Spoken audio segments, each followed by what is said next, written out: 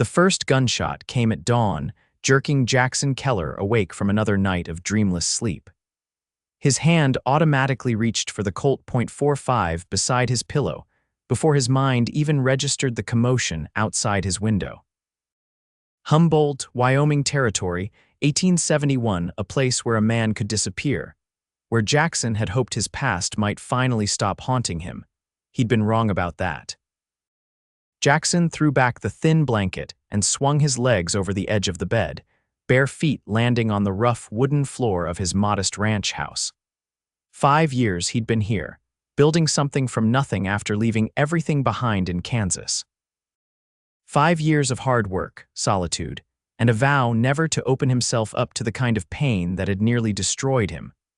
The second shot echoed across his property, followed by the unmistakable sound of a woman's scream. "Damn it all," he muttered, pulling on his trousers and reaching for his shirt. Jackson was a man who minded his own business had to be, with the shadows that followed him, but some things couldn't be ignored. He moved with practiced efficiency, tucking his shirt into his pants, strapping on his gun belt, and grabbing his hat from the hook by the door.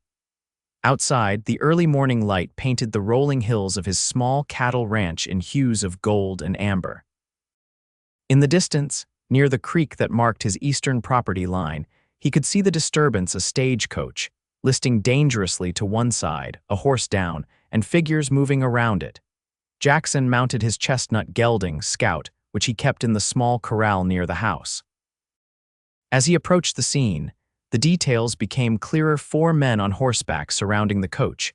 One driver slumped forward with a bloodstain spreading across his back, and a woman being dragged from inside.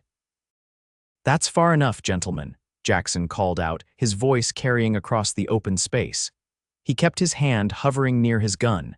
He was outnumbered, but a man's reputation sometimes did the fighting for him. The tallest robber, a bearded man with a filthy red bandana covering the lower half of his face, turned toward Jackson. "This ain't your concern, Keller. Go on back to your house. We're just collecting what's ours." So they knew him. That wasn't surprising. Jackson had made a name for himself before settling in Humboldt, a name that still made some men nervous. "You're on my land," Jackson replied evenly. "That makes it my concern." The woman, young, dressed in a traveling suit that had seen better days, looked at him with wide, terrified eyes. Her blonde hair had come loose from its pins, falling around her shoulders. There was blood on her cheek from a cut near her temple. "Please," she mouthed silently. One of the bandits held a knife to her throat. "We know about the money, lady, the company payroll. Hand it over, and maybe we'll let you live." Jackson assessed the situation with the cool detachment that had kept him alive through years of violence. 4 men, all armed, but only the leader appeared particularly competent. The others were jumpy, the kind of men who might shoot wild in a panic. "There's no payroll," the woman said, her voice steadier than Jackson would have expected.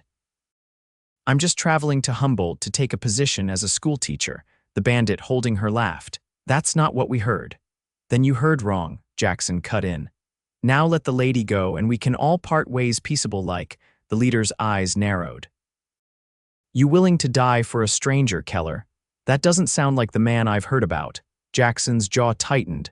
Times change. What happened next unfolded in the span of heartbeats. The leader went for his gun, and Jackson drew with the speed that had made him infamous from Kansas to the Dakotas. 2 shots, the leader fell, a hole in his chest.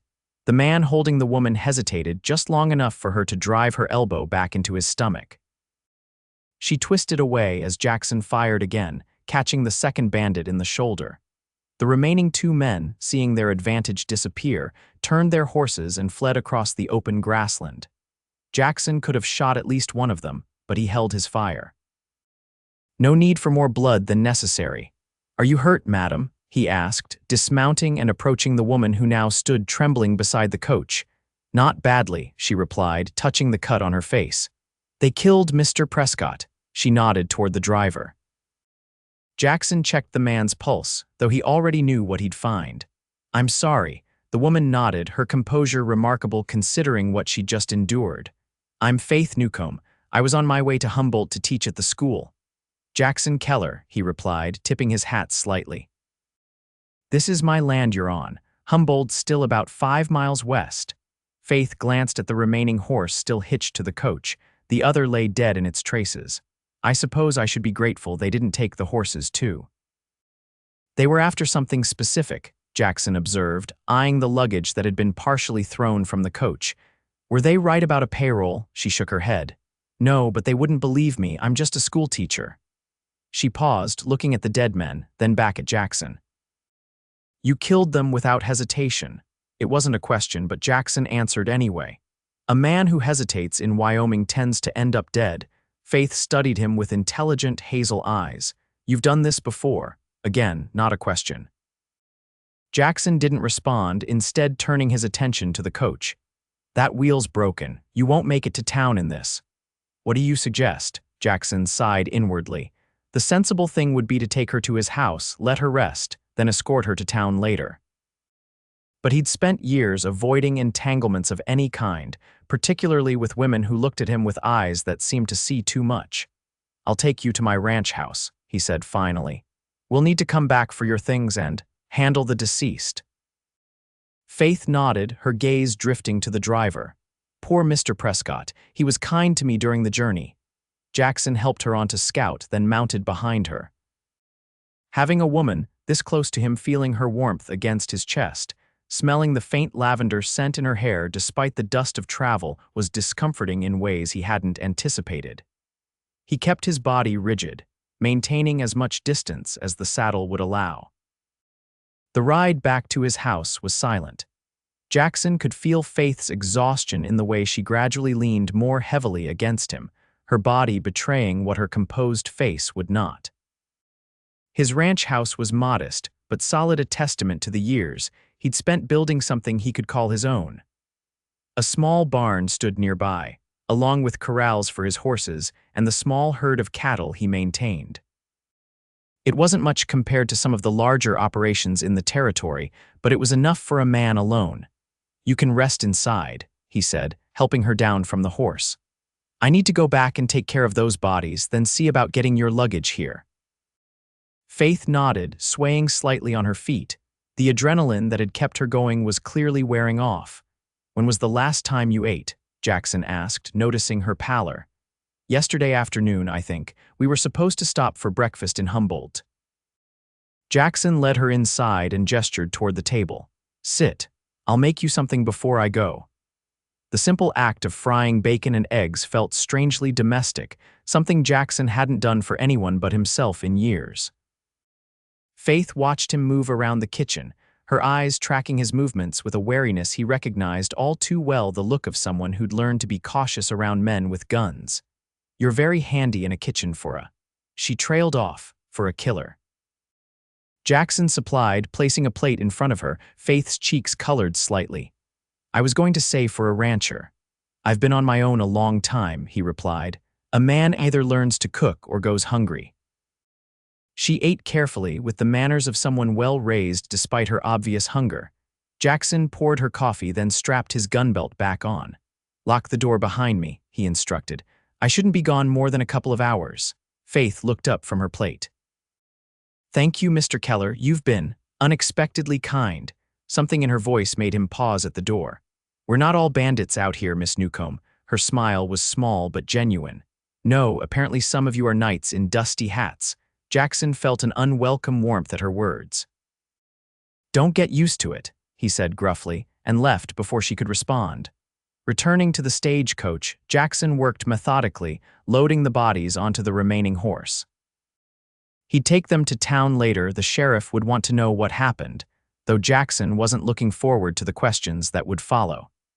He secured Faith's luggage to Scout, noting that it was lighter than he'd expected for someone moving west permanently. By the time he returned to the ranch house, the sun was high overhead. He found Faith asleep at his table, her head pillowed on her arms. The cut on her face had stopped bleeding, but the bruise forming around it looked painful. Jackson stood in the doorway for a moment, oddly reluctant to wake her. She must have sensed his presence because her eyes suddenly opened, immediately alert. Another sign that this woman was no stranger to trouble. Your luggage is here, he said. I'll take you into town this afternoon. Faith straightened, wincing slightly. I appreciate that, but… She hesitated. Would it be possible to stay until tomorrow? I find I'm more shaken than I thought. Jackson frowned. Having her in his house overnight wasn't part of his plan. The hotel in Humboldt is comfortable enough. Of course, she said quickly. I don't mean to impose. Something in her voice, a note of resignation, perhaps made Jackson reconsider. You can take the bed, he conceded. I'll sleep out here. Relief washed over her face. Thank you. I promise I won't be any trouble. That remained to be seen, Jackson thought. Women, in his experience, were always trouble, even when they didn't mean to be. I need to ride into town anyway, he said. Let the sheriff know about the stagecoach robbery. Is there anyone expecting you that I should inform you're delayed? Faith shook her head. Only the school board, and they weren't expecting me until next week. I came early to get settled. Jackson nodded. I'll be back before dark. There's more food if you get hungry. In town, Sheriff Dale Morris listened to Jackson's account with a skeptical expression. They had a history, not all of it friendly. So you just happened to be in the right place at the right time? The sheriff asked, leaning back in his chair. It was on my land, Dale.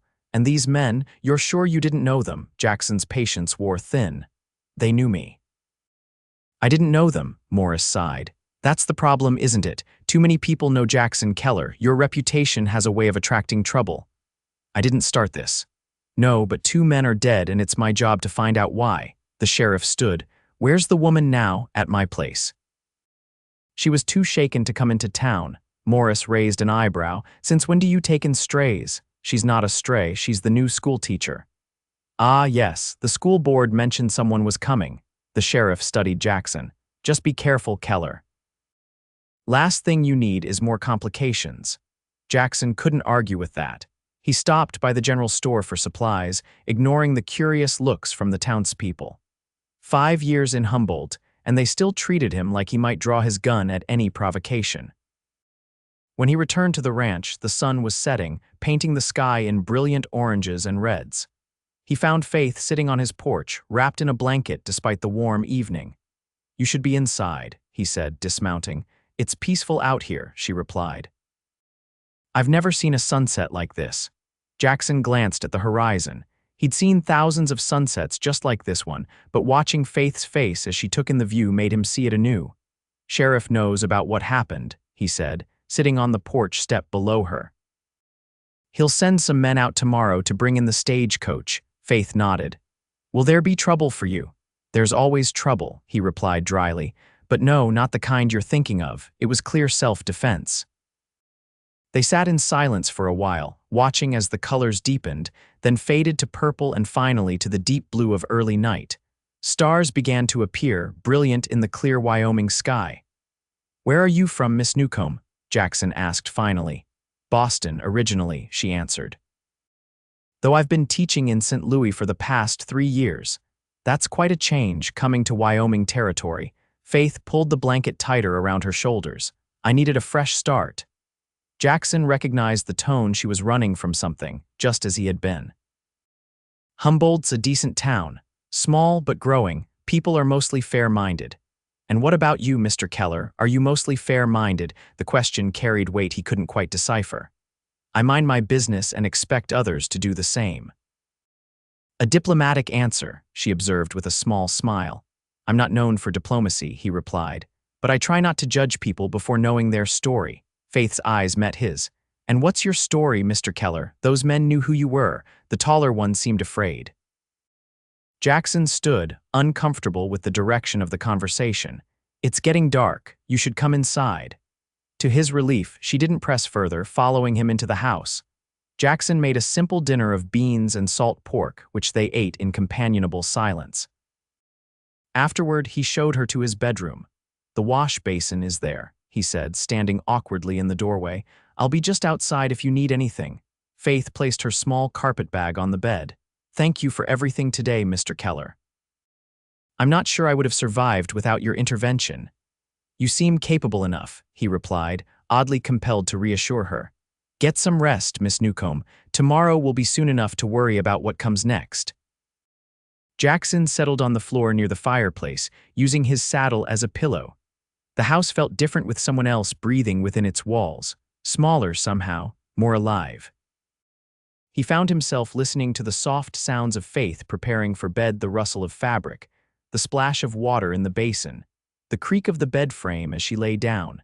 Dangerous thoughts for a man who'd sworn off attachments. He forced himself to think of practical matters, instead the cattle that needed moving to the north pasture, the fence that needed mending, the supplies he'd need to order before winter. Eventually, the familiar routine of planning lulled him toward sleep. A scream jerked him awake hours later. Jackson was on his feet instantly, gun in hand, moving toward the bedroom before his mind fully registered what was happening. Faith was sitting upright in bed, her eyes wide with terror, her breathing coming in short, desperate gasps. When Jackson appeared in the doorway, she recoiled, pressing herself against the headboard. "It's all right," he said, holstering his gun and raising his hands to show he meant no harm. "You were dreaming." Recognition slowly dawned in her eyes. "Mr. Keller." "I'm sorry," she broke off, pressing a hand to her mouth. "No need to apologize," he said, keeping his distance.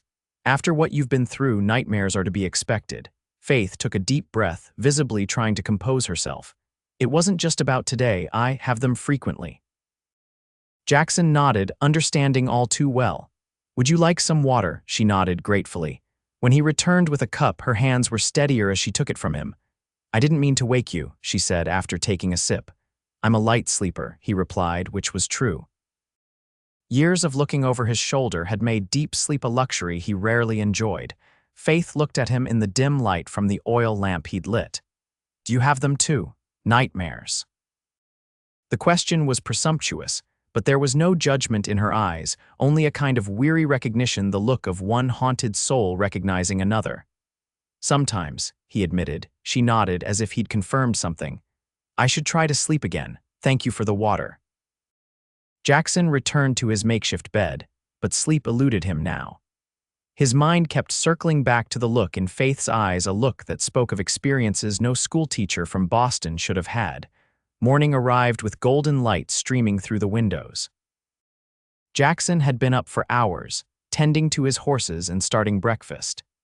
He heard Faith moving around in the bedroom but gave her privacy until she emerged, dressed in the same traveling suit from the day before, though she'd done what she could to freshen it up.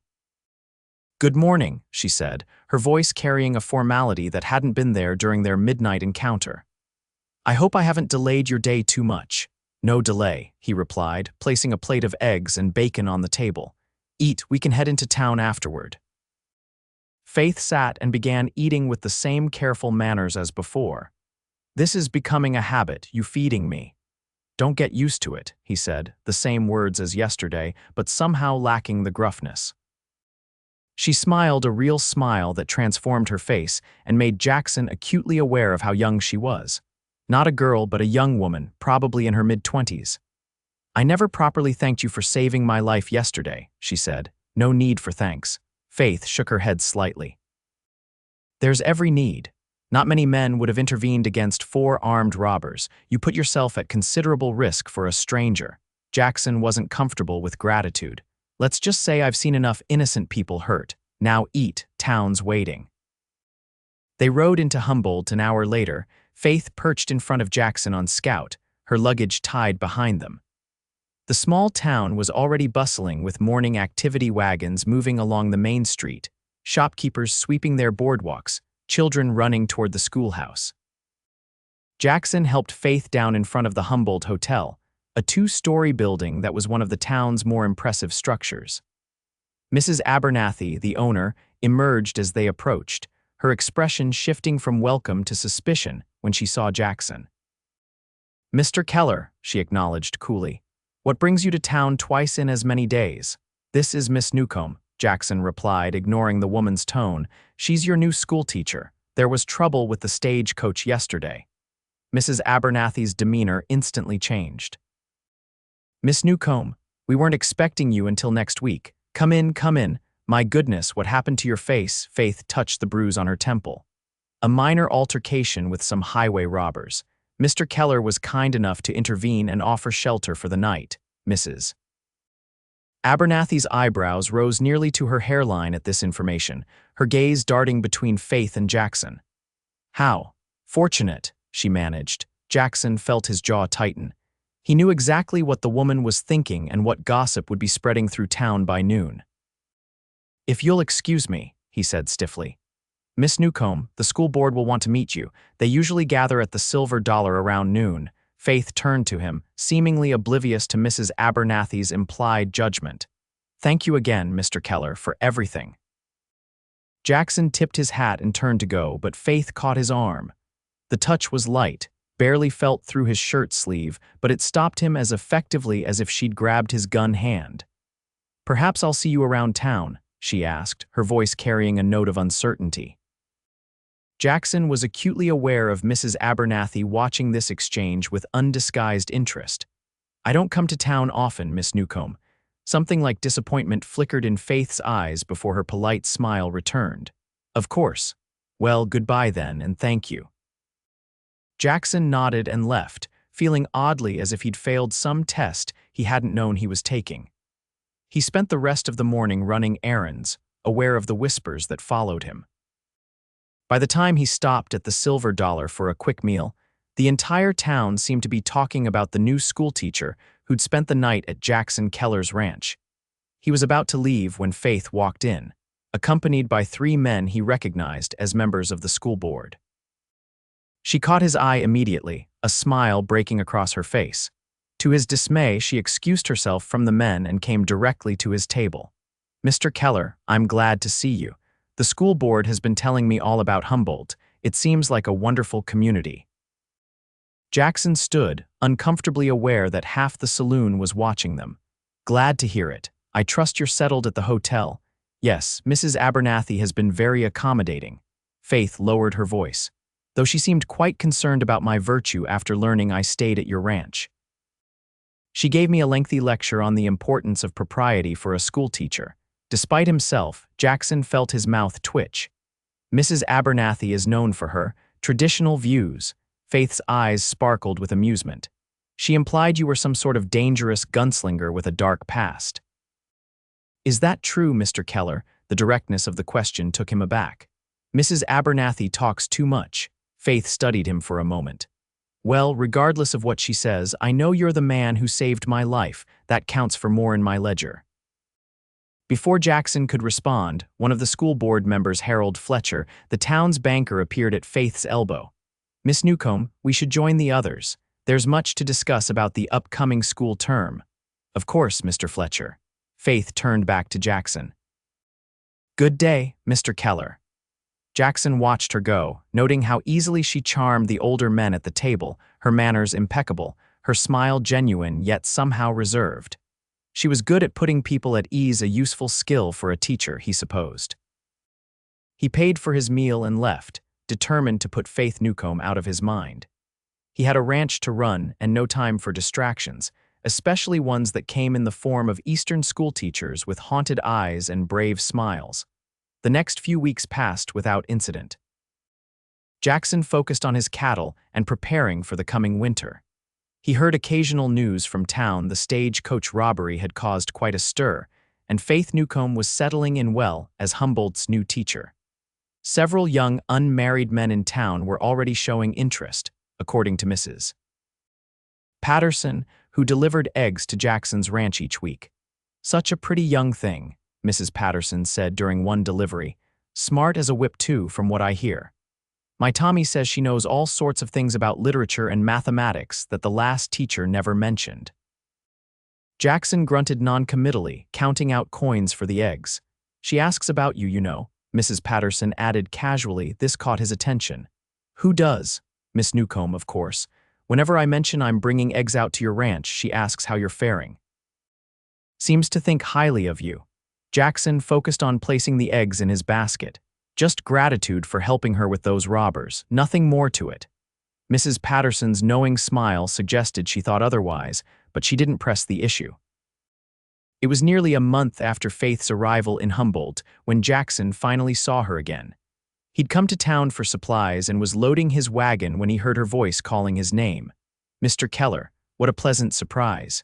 Faith looked different, more settled, perhaps. Her hair was neatly pinned beneath a modest hat, and she wore a simple blue dress that suited her fair coloring. The bruise on her temple had long since faded. "Miss Newcomb," he acknowledged with a tip of his hat. "I hear you're doing well with the school." "I enjoy it immensely," she replied, her smile genuine. "The children are wonderful, though some of the older boys were testing me at first.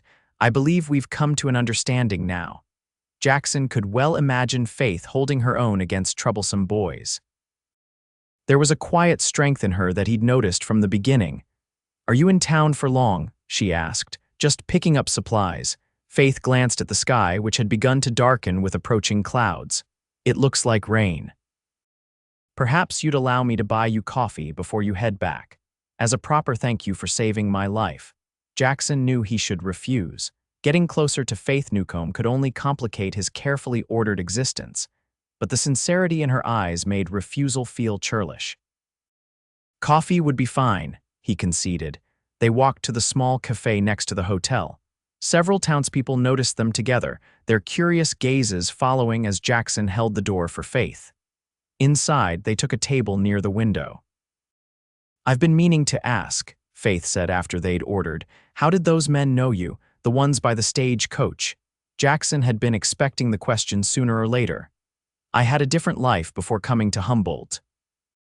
Faith waited, clearly expecting more, but when he didn't elaborate, she nodded. "We all have pasts, Mr. Keller. Some are just more colorful than others." "And yours, Miss Newcomb, what brings a Boston schoolteacher all the way to Wyoming territory?" Her smile dimmed slightly. "As I said that night at your ranch, I needed a fresh start. Running from something or towards something." Faith's eyes widened at his directness. "A bit of both, perhaps." She paused as their coffee arrived. "I was engaged back in St. Louis. It didn't end well." Jackson waited, sensing there was more to the story. "He was a banker," she continued after taking a sip of coffee. "Well respected, from a good family. Everyone said I was fortunate to have attracted such a match." Her voice took on a bitter edge. What they didn't know was his temper, how he... She stopped, shaking her head. "It doesn't matter now. I left before the wedding," understanding dawned. "The nightmares," Faith nodded, not meeting his eyes. "They're less frequent now. Distance helps." Jackson felt a surge of anger toward this unnamed man who had hurt her, followed by an unexpected protectiveness. "He won't find you here." "No," she agreed. "That's one advantage of Wyoming. It's very far from Missouri." She looked up, her expression lightening deliberately. "Now, enough about the past. Tell me about your ranch. Mrs. Patterson says you raise the finest cattle in the county."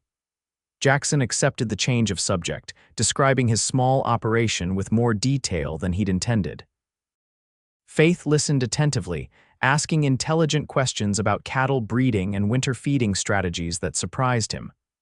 "My uncle had a farm in Massachusetts," she explained. "I spent summers there as a girl." They talked for nearly an hour, the conversation flowing more easily than Jackson had anticipated. Faith was well-read and quick-witted, with observations about Humboldt and its inhabitants that were both insightful and gently humorous. "Mrs. Abernathy still crosses herself when your name is mentioned," Faith confided with a mischievous smile. "I think she's convinced you're in league with the devil." "Mrs. Abernathy would be wise to worry more about her son's gambling than my supposed demonic connections," Jackson replied dryly. Faith laughed, a warm, genuine sound that drew the attention of other patrons, and Jackson noticed, caused several men to look at her with admiration. Outside, the threatened rain had begun to fall, a steady downpour that drummed on the cafe's roof. "You shouldn't ride back in this," Faith said, looking concerned. "The creek crossing can be dangerous when it rains heavily." She was right, though Jackson was reluctant to admit it. The creek that ran through his property could rise quickly after rain, making the crossing treacherous. "I could get a room at the hotel," he said, though the thought of staying in town overnight, subjected to the curious stares and whispers of the townspeople, was unappealing. "Nonsense," Faith replied. "I have a perfectly good spare room in my cottage." Jackson stared at her. "That would be highly improper, Miss Newcomb. More improper than me spending the night at your ranch," she challenged, one eyebrow raised. "That was different. There was no alternative." "And now there's no sensible alternative to you staying at my cottage," she countered. "Unless you prefer risking your life crossing a flooded creek, or spending a small fortune at Mrs. Abernathy's hotel, where, I might add, she'll likely charge you double just because she disapproves of you. Jackson couldn't help but admire her logic, even as he recognized the danger of accepting. The town already talks enough about both of us. This would only give them more ammunition. Faith's expression softened. Mr. Keller, I've learned that people will talk regardless of what we do. I'd rather be gossiped about for showing kindness than for turning away someone who once helped me at great risk to himself. Put that way, it was difficult to refuse, especially with the rain now falling in sheets outside the window. Very well, he conceded, but I'll sleep in the parlor.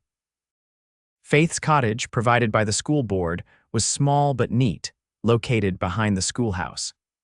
It consisted of a parlor, kitchen, and 2 small bedrooms, modest accommodations but comfortable enough for a single schoolteacher. It's not much, Faith said as she showed him in, but it's clean and dry. It's fine, Jackson replied, removing his hat and hanging it by the door. His clothes were damp from the short walk from the cafe, and he felt awkward standing in Faith's tidy parlor, dripping onto her rug. Let me get you a towel, she said, noticing his discomfort. She disappeared into one of the bedrooms, returning with a clean cloth. Here, I'll make some tea while you dry off. Jackson rubbed his hair and face, watching as Faith moved confidently around her small kitchen. There was something both domestic and independent about her that he found intriguing. She clearly didn't need a man to take care of her, yet there was a warmth to her that spoke of a home life he had long since abandoned. Do you miss teaching in St. Louis? He asked, as she set the kettle to boil. Faith considered the question. I miss some of my students, but teaching here is freer in a way. In St. Louis, there were so many expectations about what and how I should teach, especially for girls. Here, the school board seems mainly concerned that the children learn to read, write, and cipher well enough for farm and business ledgers. And is that enough for you? She smiled, pleased by the question. I sneak in poetry and history when I can. Some of the children are quite receptive. Tommy Patterson has a remarkable mind for facts. Mrs. Patterson mentioned he speaks highly of you. He's a bright boy, Faith replied, pouring tea into 2 cups. He reminds me a bit of myself at that age, always asking why instead of accepting what he's told. They sat in the parlor with their tea, the rain continuing to fall heavily outside. Through the window, Jackson could see his wagon getting soaked, but the supplies he'd purchased were covered with a tarpaulin. Will your students mind having their teacher entertain a notorious gunslinger? He asked, more curious than concerned about her answer. Faith gave him a measured look. My students know that I value kindness and courage above all other qualities. You've demonstrated both. You don't know much about me, Miss Newcomb. I know enough, she replied simply. The rest, you can tell me when you're ready. Her confidence that there would be a time when he'd be ready to share his past with her was presumptuous, and yet Jackson found he wasn't offended. There was something about Faith that invited confidence, a sense that she would listen without judgment. They talked until evening, the conversation ranging from books they'd read to places they'd seen. Faith was well-traveled for a woman her age, having been to New York, Philadelphia, and as far west as Denver before coming to Wyoming. Jackson spoke little of his own travels, though he listened with interest to her descriptions of eastern cities. When it came time for sleep, Faith provided him with blankets for the small sofa in her parlor. It was too short for his frame, but he'd slept in far worse conditions. Good night, Mr. Keller, Faith said, pausing at the door to her bedroom. I'm glad the rain brought you here tonight. It's been pleasant to have company. Jackson nodded, strangely reluctant to see her go. Good night, Miss Newcomb. He lay awake long after she'd retired, listening to the rain on the roof and the occasional creak of the cottage settling. Being in Faith's home, surrounded by the small touches that made it her books stacked neatly on shelves, a half-finished piece of embroidery on a side table, the faint scent of lavender that seemed to follow her was both comforting and unsettling. It had been years since he'd allowed himself to be this close to someone, especially a woman. After Marie's death, he'd built walls around himself that no one had been able to breach.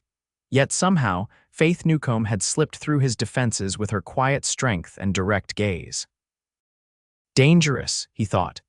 More dangerous than any gunfight.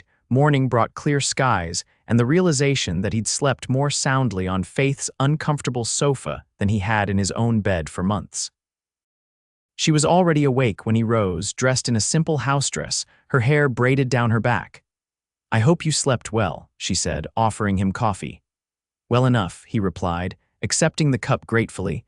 They shared a simple breakfast of bread and jam before Jackson took his leave. Standing in her doorway, he found himself uncharacteristically hesitant. "Thank you for your hospitality, Miss Newcomb." "Faith," she said.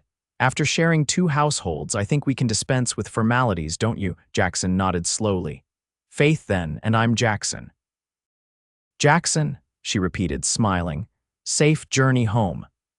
As he drove his wagon back toward his ranch, Jackson couldn't shake the feeling that something fundamental had shifted in his carefully ordered life. Faith Newcomb had somehow moved from the schoolteacher he'd rescued to something more complicated, a woman whose smile he found himself thinking about at odd moments, whose voice lingered in his mind long after their conversations ended. It was a complication he didn't need. And yet, as the miles passed beneath his wagon wheels, Jackson found himself already looking for reasons to return to town sooner rather than later. The weeks that followed established a pattern. Jackson found himself in town more frequently than he'd been in the 5 years prior, always with legitimate errands that somehow ended with him having coffee with Faith at the cafe or occasionally walking her home from school. The townspeople took note, of course. Gossip was Humboldt's primary form of entertainment, and the developing friendship between the reclusive rancher and the new schoolteacher provided ample material. For her part, Faith seemed unbothered by the attention. "Let them talk," she said one afternoon as they walked past Mrs. Abernathy, who made a point of looking scandalized. "What harm does it do us?" Jackson wasn't sure how to explain that his concern wasn't just about gossip, but about the growing attachment he felt toward her, an attachment he'd sworn never to feel again after losing Marie. The more time he spent with Faith, the more he admired her. She was intelligent and kind, with a quiet strength that revealed itself in small ways: how she handled rowdy students, stood up to the more overbearing school board members, or simply navigated life as a woman alone in a frontier town. But it was her capacity for joy that most affected him, the way she found delight in simple pleasures like a well-written letter from a former student or the first wildflowers of spring. It was this quality that made her so effective with her pupils. Children who had been reluctant learners blossomed under her attention. Even the oldest boys, who had initially tested her authority, now competed for her approval. "You've made quite an impression on the town," Jackson commented one evening in late May as they sat on the bench outside the schoolhouse. The days were longer now, the twilight stretching golden across the horizon. "Have I?" Faith looked pleased. "I hope it's a good one." "You know it is, Mrs. Patterson tells me the school board is already talking about renewing your contract for next year." Faith's smile faltered slightly. "Yes, they've mentioned it." Jackson studied her. "You don't seem enthusiastic." No, it's a wonderful opportunity," she said quickly. "I'm just thinking ahead, I suppose." Before Jackson could press further, they were interrupted by the arrival of Sheriff Morris, who approached with an expression that immediately put Jackson on alert. "Evening, Miss Newcomb," the sheriff said, tipping his hat. "Keller, Sheriff," Faith replied warmly. "What brings you by the school so late?" Morris glanced at Jackson, then back to Faith. "I was hoping to have a word with you, Miss Newcomb, privately." Jackson started to rise, but Faith placed a hand on his arm. "Anything you need to say to me can be said in front of Jackson." The sheriff's eyebrows rose at her use of Jackson's first name, but he nodded. "Very well.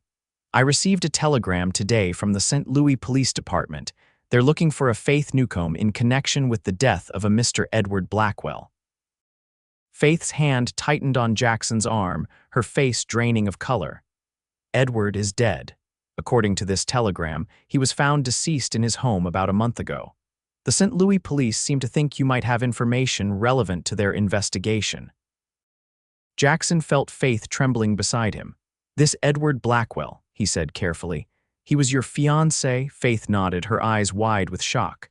But I haven't seen him since I left St. Louis. I had no idea that he had. The telegram doesn't provide details, Morris said. But they're asking if you're here and requesting that you return to St. Louis for questioning. Jackson stood, positioning himself slightly in front of Faith. She's not going anywhere without knowing more. What exactly are they accusing her of? They're not making accusations yet, Morris replied, though his tone suggested otherwise. But they've noted that Miss Newcomb left St. Louis suddenly, shortly before Mr. Blackwell's death. That was months ago, Faith said, finding her voice. I left in February. If Edward only died a month ago. Which is why I'm not arresting you, Morris said, but I do need to respond to this telegram. Jackson looked at Faith, whose face had regained some of its color but who still looked shaken. Tell them she's here, he said to Morris. And that she'll cooperate with their investigation from Humboldt, but she's not traveling all the way to St. Louis based on a vague telegram. Morris considered this. I can relay that message, but they might insist. Then they can send someone here, Jackson said firmly. After the sheriff left, promising to telegraph St. Louis in the morning, Jackson walked Faith back to her cottage. She was unusually quiet, her earlier animation replaced by a worried preoccupation. Do you want to tell me about Edward Blackwell? Jackson asked once they were inside. Faith sank onto her sofa, looking suddenly exhausted. He wasn't a good man, she said finally. I told you before that he had a temper. What I didn't say was how bad it got toward the end. Jackson sat beside her, careful to maintain some distance. Did he hurt you? Yes, she admitted, the word barely audible. The first time he apologized so profusely, swore it would never happen again. I believed him. The second time he blamed me, said I had provoked him. By the third time, I knew it wouldn't stop. Anger rose in Jackson's chest, but he kept his voice level. So you left, Faith nodded. I had been saving money from my teaching position, planning for our life together. Instead, I used it to come west. I didn't tell anyone where I was going, not even my closest friend. I was afraid Edward would follow me. And now he's dead, Jackson said, thinking through the implications. Yes, Faith looked at him, her eyes filled with uncertainty. Jackson, you don't think I had anything to do with it? No, he said without hesitation, but St. Louis might have questions given the timing. Faith wrapped her arms around herself. What should I do? The question, asked with such trust, made Jackson's heart constrict. For now, nothing. Let's wait to see what the police say when Morris gets a response to his telegram. He stayed with her until she calmed, making tea and listening as she talked more about her life in St. Louis and her relationship with Edward Blackwell. The picture that emerged was troubling a man who presented one face to the world while terrorizing the woman who trusted him behind closed doors. I should go, Jackson said finally, noting the late hour. Will you be all right? Faith managed a small smile. I'll be fine, thank you for staying.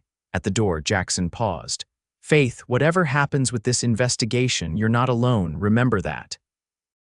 The look she gave him was complicated, grateful, yet tinged with something deeper that he wasn't ready to name. I will. The telegram from St. Louis arrived 2 days later.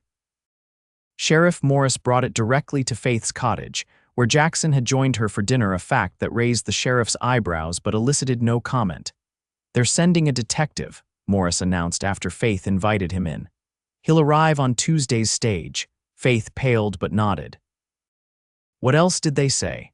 That Mr. Blackwell died of poisoning and that several people mentioned your difficult parting.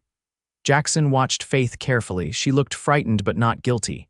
That's 4 days from now, he said. Plenty of time to prepare. Morris gave him a sharp look. Prepare what exactly? Her statement, Jackson replied evenly. Faith has nothing to hide, but she should be ready to answer their questions clearly. After the sheriff left, Faith paced her small parlor. Poisoning, she said. They think I poisoned him. Did you? Jackson asked directly. No, Faith stopped pacing to face him. I wanted to be free of him, not to kill him. Jackson believed her. In the months he'd known her, Faith had demonstrated a fundamental decency and compassion that was at odds with murder. Then we need to focus on establishing where you were when Blackwell died.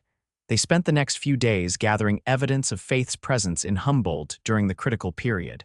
The school board had records of her arrival and starting date. Mrs. Patterson remembered delivering eggs to Faith since her first week in town.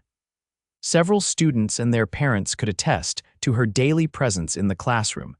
Jackson also wrote to contacts in Denver and Cheyenne, asking for information about Edward Blackwell. If the man had enemies beyond Faith, it might help direct suspicion elsewhere. The detective from St. Louis, a serious man named Hargrove, arrived as scheduled on Tuesday's stage. He took a room at Mrs. Abernathy's hotel and requested that Faith come there for questioning. Jackson accompanied her, ignoring Hargrove's pointed suggestion that he wait elsewhere. "Miss Newcomb," Hargrove began, once they were seated in the hotel's small parlor, "I understand you were engaged to Edward Blackwell until approximately 3 months ago." "That's correct," Faith replied, her voice steady despite her obvious tension. "And you left St. Louis suddenly without informing Mr. Blackwell or your employers at the school." Faith nodded. "I left a letter of resignation for the school. As for Edward, yes, I left without telling him." "Why?" Hargrove's eyes were sharp beneath heavy brows. Faith glanced at Jackson, then straightened her shoulders. "Because I feared for my safety. Edward had become increasingly violent in the weeks before I left." "Violent how?" Faith described in clinical detail the progression of Blackwell's abuse, the slaps that became punches, the emotional manipulation, the increasing control over her movements and relationships. "Did you report these incidents to the authorities?" "No," Faith admitted. "Edward was well respected. His family has connections throughout St. Louis. I didn't think I would be believed." Hargrove made notes without comment. "Where were you on April 17th? "Here in Humboldt, teaching," Faith replied promptly. "I can provide multiple witnesses." The questioning continued for over an hour. Hargrove was thorough but not overtly hostile. He examined the evidence of Faith's presence in Humboldt during the time of Blackwell's death, making notes of names and dates. "One final question, Miss Newcomb," he said eventually. "Did you maintain any correspondence with anyone in St. Louis after your departure?" Faith hesitated. "I wrote to my friend Margaret Wilson twice. I asked her not to tell anyone where I was, but I wanted her to know I was safe." Hargrove nodded, making a final note. "Thank you for your cooperation. I'll be in town for a few days, conducting additional inquiries. Please don't leave Humboldt until I've concluded my investigation." Outside the hotel, Faith released a shaky breath. "Do you think he believed me?" Jackson took her arm, guiding her away from curious onlookers. "He's a professional. He'll follow the evidence. But what if the evidence points to me? I did leave suddenly. I did fear Edward. Some might see that as motive." "Faith." Jackson stopped, turning her to face him. "You have dozens of witnesses placing you here, over 1,000 miles from St. Louis when Blackwell died. No one can be in two places at once." She nodded, though she didn't look entirely convinced. "What now?" "Now, you go teach your students," Jackson said firmly, "and I'll see what else I can find out about Edward Blackwell's death." The next few days were tense. Detective Hargrove interviewed various townspeople about Faith's arrival and activities in Humboldt. Most spoke highly of her, though Mrs. Abernathy couldn't resist mentioning Faith's unusual friendship with Jackson Keller. Jackson, meanwhile, received responses to his inquiries about Blackwell.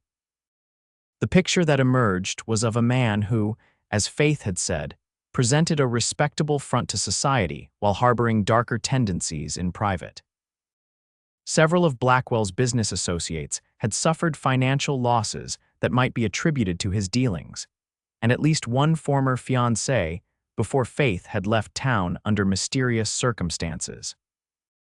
Most interestingly, Blackwell's sister stood to inherit his considerable estate in the absence of a wife. She had been living in reduced circumstances after a divorce and had moved into her brother's home shortly after Faith's departure. Jackson brought this information to Hargrove, who received it with professional interest, but no indication of how it might affect his investigation.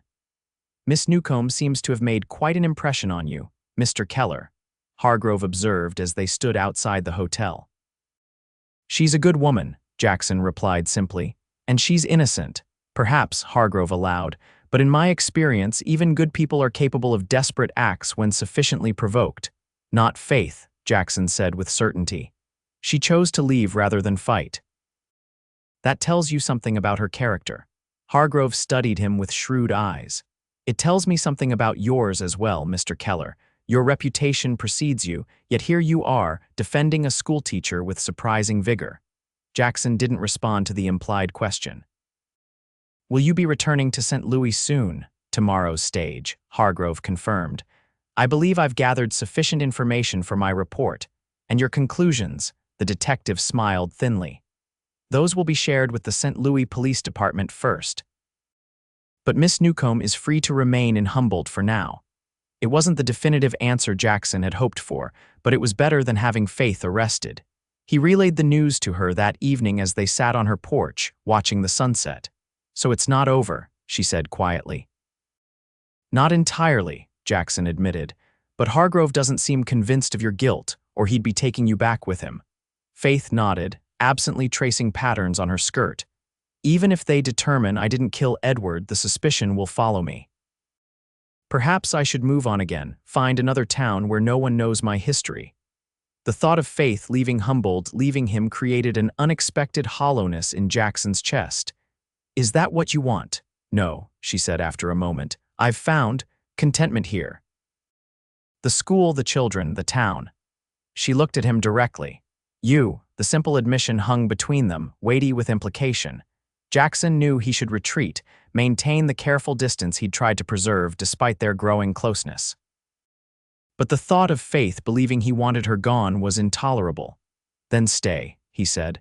"Whatever comes, we'll face it together." Faith's eyes widened at the promise inherent in his words.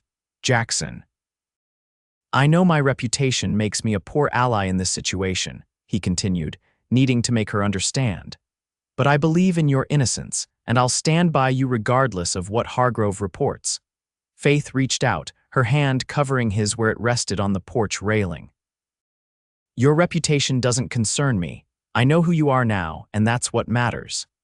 The touch of her hand, warm and certain on his, broke something loose in Jackson's carefully guarded heart. Before he could reconsider, he turned his hand to clasp hers, their fingers intertwining with a rightness that couldn't be denied. They sat in silence as darkness fell, hands joined, the unspoken shift in their relationship hanging in the air between them like a promise. 2 weeks passed with no word from St. Louis. Life in Humboldt returned to its normal rhythms, though the gossip about Faith and the investigation persisted. Jackson continued to visit her regularly, their growing closeness now the subject of speculation throughout the town. On a warm June evening, Jackson arrived at Faith's cottage to find her sitting on the porch, a telegram in her hands. "It's from Detective Hargrove," she said without preamble. "They've arrested Edward's sister for his murder."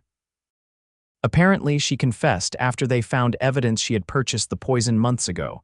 Relief washed over Jackson. "It's over then," Faith nodded, her smile tremulous. "I'm free." The weight that had been shadowing her eyes these past weeks lifted, and Jackson was struck anew by her beauty, not just her physical features, but the inner light that shone through them. "We should celebrate," he said impulsively. "Would you ride out to my ranch with me tomorrow?" "It's been a while since you've seen it." Faith's smile broadened. "I'd like that very much." The next day dawned clear and warm. Jackson arrived at Faith's cottage early, bringing a gentle mare for her to ride. They set out toward his ranch, the journey familiar to Jackson but new to Faith, who looked around with evident delight at the rolling landscape. "It's beautiful out here," she said as they crested a hill overlooking the valley where Jackson's ranch lay. The modest house and barn were visible in the distance, cattle grazing in the surrounding pastures. "It's quiet," Jackson replied. "Sometimes too quiet." Faith glanced at him. "Is that why you've been coming to town so often, for the noise?" The teasing note in her voice made him smile. "For the company." "Humboldt does have some interesting characters," she agreed, though her eyes told him she understood what he really meant. At the ranch, Jackson showed Faith the improvements he'd made since her brief stay months ago: a new corral, expanded barn, additional fencing for the growing herd. She listened with interest, asking questions that revealed her knowledge of farm operations from her childhood summers. They ate a simple lunch in the shade of a large oak tree near the house, watching as a pair of hawks circled overhead. "When I first came west," Faith said, I was only thinking of getting away from Edward. I never imagined I'd find a place that felt like home." "Is that how you feel about Humboldt?" Jackson asked. Faith turned to look at him directly. "It's not just the town, it's certain people in it." The honesty in her eyes both exhilarated and terrified Jackson. He'd maintained careful boundaries for so long, convinced that allowing himself to care for someone again would only lead to more pain. But Faith had quietly dismantled those boundaries, one conversation at a time. "Faith," he began, not entirely sure what he wanted to say. She saved him from his uncertainty by placing her hand over his. "You don't have to say anything, Jackson. I know you have your reasons for keeping people at a distance. I respect that." The understanding in her voice, the lack of demand or expectation, broke through the last of his resistance. Jackson turned his hand to clasp hers. "My wife died," he said, the words coming easier than he'd expected after years of silence. "Marie, it was my fault." Faith's fingers tightened around his, but she didn't interrupt. "I used to be a lawman in Kansas," he continued. "Made enemies. One of them found us at home while I was in town, by the time I got back." He couldn't finish the sentence, the memory still too painful despite the passage of time. "Oh, Jackson," Faith said softly, "I'm so sorry. I swore I'd never put anyone else at risk," he said. "That I'd never feel that kind of loss again." Faith was quiet for a moment, her thumb moving gently over the back of his hand. "We can't protect ourselves from loss by refusing to care," she said finally. "I tried that too after Edward. It doesn't work." Jackson looked at her, this woman who had endured her own kind of suffering yet remained open to life, to connection. "No," he agreed. "It doesn't work." The admission felt like setting down a burden he'd carried for too long. Jackson reached out, brushing a strand of hair from Faith's face, his fingers lingering against her cheek. She leaned into his touch, her eyes never leaving his. "I never expected you," he said quietly. Faith smiled. "Nor I you." The kiss that followed was gentle, tentative, the meeting of two people who had learned caution through pain, but who were choosing, despite everything, to trust again. When they parted, Jackson saw his own wonder reflected in Faith's eyes. "Stay," he said impulsively. "Not just for the afternoon." "Stay with me?" Faith's eyes widened. "Jackson, are you asking?" "Yes," he said, the certainty growing with each moment. "Marry me, Faith. I know it's sudden, but yes," she interrupted, her face illuminated with joy. "Yes, I'll marry you." They returned to town that evening, their news preceding them. Somehow Humboldt had a way of sensing important developments before they were announced. By the time they reached Faith's cottage, several neighbors were watching from their porches, smiling knowingly. "We'll be the talk of the town," Faith observed, not sounding particularly concerned. "More than we already were," Jackson replied dryly. Their wedding took place 2 weeks later in Humboldt's small church. The entire town turned out, curiosity as much a motivation as goodwill for many. Mrs. Abernathy looked scandalized by the hasty proceedings, but attended nonetheless. Sheriff Morris served as Jackson's best man, their uneasy relationship having evolved into a cautious friendship over the months. Faith wore a simple white dress ordered from Cheyenne, a crown of wildflowers in her hair. When Jackson saw her walking toward him down the church's narrow aisle, something in his chest expanded painfully, a combination of joy and lingering fear that this happiness, like his previous life, might be snatched away. But as Faith reached him, her smile steady and sure, the fear receded. This was different. They were different, two people who had experienced loss and pain, but who had found in each other the courage to begin again. The ceremony was brief, the celebration afterward more exuberant than Jackson would have preferred, but which he endured good-naturedly for Faith's sake. As the evening wore on, he found himself watching his new wife as she moved among the townspeople, her laughter carrying across the room to where he stood. "You look happier than I've ever seen you, Keller," Sheriff Morris commented, approaching with 2 glasses of whiskey and offering one to Jackson. "I am," Jackson admitted, accepting the drink. "Never thought I'd see the day," Morris continued. The infamous Jackson Keller, tamed by a schoolteacher. Jackson smiled slightly. "Not tamed, just found," Morris raised his glass, "to finding what you didn't know you were looking for."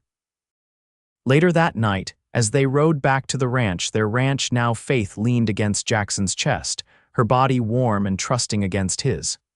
"What are you thinking?" she asked, tilting her head to look up at him. Jackson considered the question, searching for words to describe the complex emotions of the day. "I'm thinking that this morning I woke up alone, as I have for the past 5 years. Tomorrow I'll wake up beside you." Faith smiled, her eyes reflecting the starlight above. "And every morning after that." "Every morning," Jackson agreed, the promise feeling both enormous and entirely right. At the ranch, he lifted her from the horse and carried her across the threshold of the house that had been his solitary domain for so long. Inside, everything looked different through Faith's presence, the simple furnishings he'd never given much thought to. The bare walls that would soon bear her touch, the bedroom that would no longer be a place of dreamless sleep, but of shared intimacy. Faith moved through the rooms with a sense of ownership that pleased him, already making mental notes of changes she wanted to make. "We'll need curtains," she murmured, looking at the windows, "and perhaps some pictures for the walls." Jackson watched her, marveling at how naturally she fit into this space that had been his alone. "Whatever you want," she turned to him, her expression softening. "What I want is to be with you. Everything else is just details." Later, in the darkness of the bedroom, Jackson held Faith against his heart, listening to her breathing slow as she drifted toward sleep. Her body was warm and pliant against his, trusting in a way that humbled him. Outside, the Wyoming night was alive with sounds: the distant howl of a coyote, the rustle of wind through the grass, the occasional lowing of cattle. "Jackson," Faith murmured, her voice thick with approaching sleep. I'm glad I woke up beside you that first morning." Even with everything that happened after. Jackson tightened his arms around her, remembering her fear and courage on that day months ago when fate had brought her to his land. "So am I. I love you," she whispered, the words falling into the darkness between them like a gift. Jackson closed his eyes, allowing himself to accept the gift fully. "I love you too." The school board was understanding about Faith's change in circumstances, adjusting her contract to accommodate her new living arrangements. She would continue teaching, riding into town each morning and returning to the ranch in the afternoon. The arrangement raised a few eyebrows. Married women rarely continued working, especially as teachers, but Faith was determined, and Jackson supported her decision. "The children need you," he said simply, when she expressed concern about the unusual arrangement. "And you need them." Summer passed in a haze of happiness neither of them had dared imagine. Faith brought life and laughter to the ranch, transforming the house with small touches: curtains at the windows, wildflowers in jars, books stacked on tables. Jackson found himself looking forward to evenings in a way he never had before, anticipating Faith's return from town, their shared meals, and quiet conversations on the porch as twilight descended. In bed, they discovered each other with increasing intimacy, Faith's natural passion matching Jackson's once he allowed himself to fully embrace his feelings for her. The nightmares that had plagued them both receded, replaced by dreamless sleep in each other's arms. As autumn approached, bringing cooler nights and the prospect of winter, Faith returned from town one day with a thoughtful expression. "What is it?" Jackson asked, recognizing the look that meant she was working through something important. Faith smiled, a hint of nervousness in her eyes. "I may need to take a leave of absence from teaching in the spring." It took Jackson a moment to understand her meaning. When he did, he froze, a tumble of emotions: joy, terror, wonder cascading through him. "You're sure?" he asked, his voice hoarse. Faith nodded, her hand moving instinctively to her still flat stomach. "The doctor confirmed it today. We're going to have a child, Jackson." He crossed the room in 2 strides, gathering her into his arms with a gentleness that belied his overwhelming emotions. "A child," he repeated, the word both terrifying and miraculous. Faith looked up at him, searching his face. "Are you happy?" "Happy doesn't begin to cover it," he said honestly. "I'm also scared as hell," she laughed, the sound vibrant with her own mixture of joy and apprehension. "So am I. But we'll figure it out together." That night, lying beside Faith in their bed, Jackson placed his hand on her stomach, trying to comprehend the miracle happening beneath his palm. A child, his child, growing inside the woman he loved. A new life, born of their decision to trust each other despite the wounds of their pasts. I never thought I'd have this, he admitted into the darkness. A wife, a child, a future worth looking forward to. Faith covered his hand with hers, nor did I. After Edward, I thought I'd spend my life alone. We found each other, Jackson said, the simple truth of it still astonishing him. We did, Faith agreed, against all odds. The news of Faith's pregnancy spread quickly through Humboldt, met with genuine delight from most, and the expected disapproval from Mrs. Abernathy, who couldn't help commenting that the timing suggested impropriety before marriage. Faith laughed off such remarks. "Let them talk," she said to Jackson. "We know the truth." As winter settled over Wyoming, bringing snow that blanketed the ranch in pristine white, Faith's body changed, her pregnancy becoming visible beneath her dresses. Jackson found himself mesmerized by the transformation, by the knowledge that their child was growing stronger each day. Faith continued teaching until the roads became too treacherous for daily travel. Then she remained at the ranch, using her unexpected free time to prepare for the baby's arrival, sewing tiny clothes, reading medical texts borrowed from the doctor, and transforming a corner of their bedroom into a nursery. Jackson threw himself into ensuring the ranch was secure for the winter, stocking supplies, reinforcing the barn, and hiring additional help to manage the cattle during the coldest months. At night, he read aloud to Faith from her favorite books, his hand often straying to her rounded belly, marveling when he felt the baby kick against his palm. "What shall we name him?" Faith asked one evening as they sat before the fire. She had taken to referring to the baby as him, though the doctor had made no such determination. "If it's a boy, what about William?" Jackson suggested. "After my father." Faith considered this. "William Keller, it has a strong sound," she smiled. "And if it's a girl?" Jackson thought for a moment. "Marie," he said finally, watching Faith's face carefully, her eyes softened with understanding. "Marie is beautiful," she said. "Marie Faith Keller." The baby arrived on a clear, cold February morning in 1872. Jackson had sent for the doctor at the first signs of Faith's labor, but the baby, impatient even before birth, wasn't willing to wait. By the time Dr. Thompson arrived, riding hard through the snow, Jackson was holding his newborn daughter in trembling hands while Faith, exhausted but radiant, looked on from their bed. "Well," the doctor said, surveying the scene with professional approval, "looks like you've managed without me." "She came so quickly," Faith explained, her voice weak but joyful. Jackson delivered her perfectly.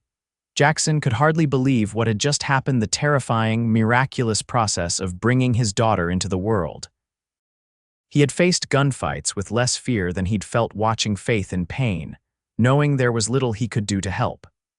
But now, looking down at the tiny, perfect face of his child, he felt a love so overwhelming it nearly brought him to his knees.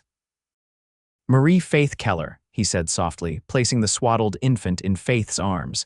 "She's beautiful, like her mother." Faith smiled up at him, tears of joy mingling with the sweat of her labor. "She has your eyes, Doctor." Thompson checked both mother and child, declaring them healthy despite the unplanned circumstances of the birth. "You did well, Keller," he said as he prepared to leave. Not many men could have kept their heads in that situation.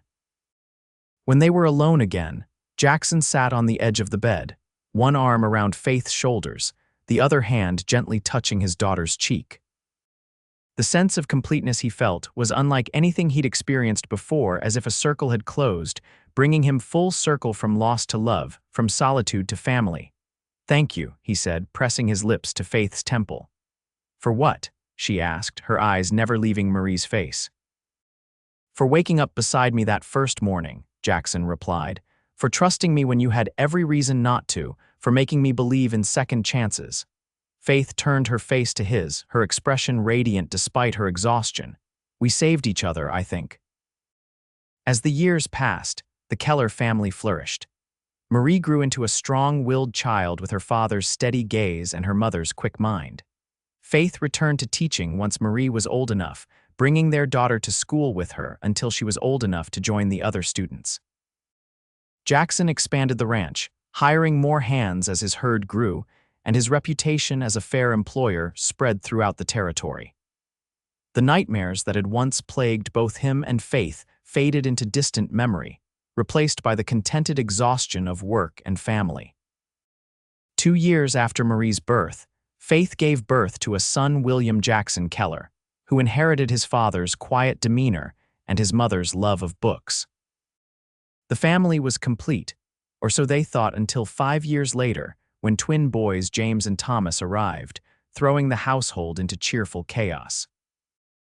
Humboldt grew alongside the Keller family, evolving from a frontier settlement into a proper town with a bank, a larger school, and eventually a railroad station.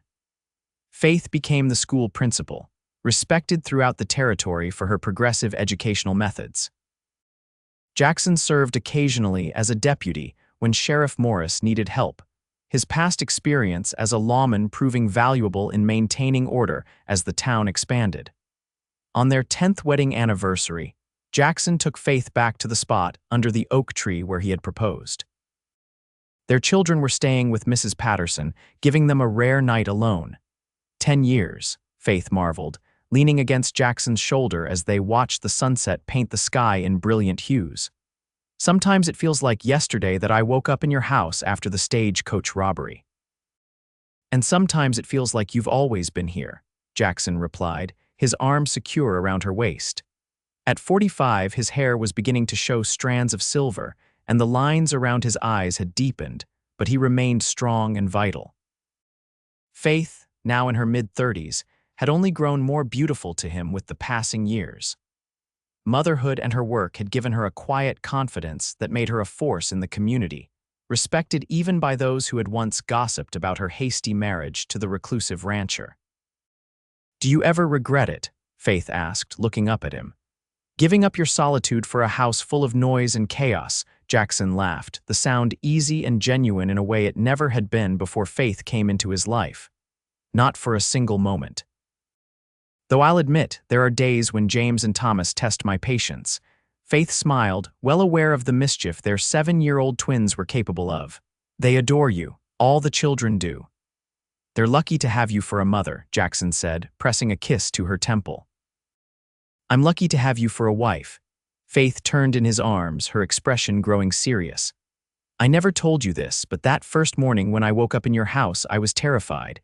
Not just because of the robbery, but because I'd been running for so long, I didn't know how to stop." "And now?" Jackson asked, brushing a strand of hair from her face. "Now I know that sometimes you have to stop running to find what you're really looking for." She smiled up at him, her eyes reflecting the same love that had sustained them through a decade of marriage. "You made forever feel possible, Jackson. You made it feel easy." As twilight deepened around them, Jackson kissed his wife beneath the oak tree that had witnessed their beginning. 10 years had brought changes neither could have imagined on that day. 4 children, a thriving ranch, a respected place in the community. But the most profound change was within themselves, 2 wounded souls who had found in each other the courage to trust, to love, and to build a life neither had believed possible. "Forever with you," Jackson murmured against Faith's lips, "is the easiest promise I've ever kept." And as stars began to appear in the Wyoming sky, Jackson Keller, once a solitary man determined never to love again, held his future in his arms, and gave thanks for the woman who had awakened not just beside him, but within him, making forever not just possible but the greatest gift of his unexpected life.